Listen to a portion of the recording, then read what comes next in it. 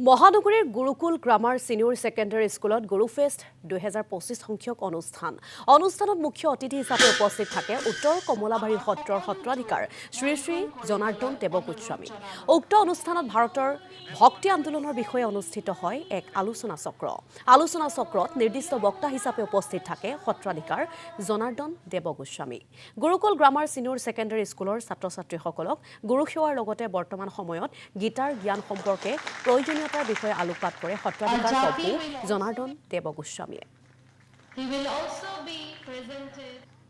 15 শতিকাৰ গুৰু পৰম্পৰা ভক্তি আন্দোলনৰ যিটো সময়ত সমগ্ৰ ভাৰতবৰ্ষতে এক ভক্তি আন্দোলনৰ আৰম্ভ হৈছিল, সেই সময়ৰ চিন্তাশীল গুৰুসকলক যাতে উঠি অহা নতুন প্ৰজন্মৰ মাজত পৰিচয় কৰি দিব পাৰি, তাৰে এক প্ৰয়াস কৰাৰ উমান যেন মোৰ অনুভৱ হৈছে।